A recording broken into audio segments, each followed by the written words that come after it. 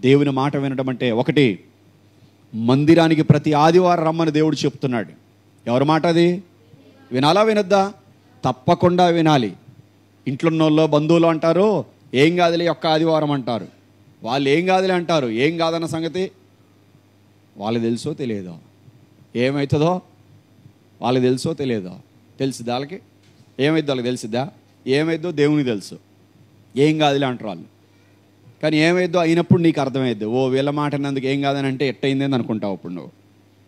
అందుకే మందిరానికి ప్రతి ఆదివారం మందిరానికి రమ్మనే దేవుని మాట అది. దేవుని మాట లోపడాలి తప్పకుండా. ఇష్టం లేకపోయినా కష్టమైనా ఆ రోజు ఇబ్బంది అనిపించినా రావాలి తప్పకుండా. రెండవది, ప్రార్థించమనేది దేవుని మాట.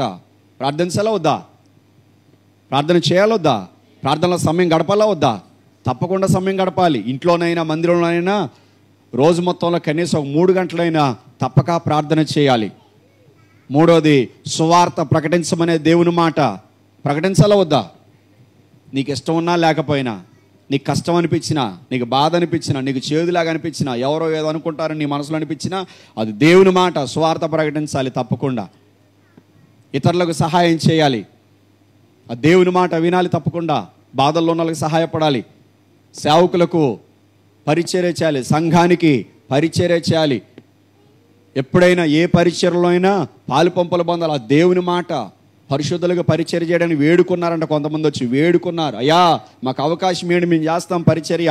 కలెక్టర్లు వచ్చి వేడుకున్నారు. బక్సింగారయ్య గారి దగ్గర కలెక్టర్లు, మేము పరిచర్య చేస్తామయ్యా, మాకు అవకాశం ఇవ్వండి, ఇది దేవుని పరిచర్య, ఇది మీది కాదు.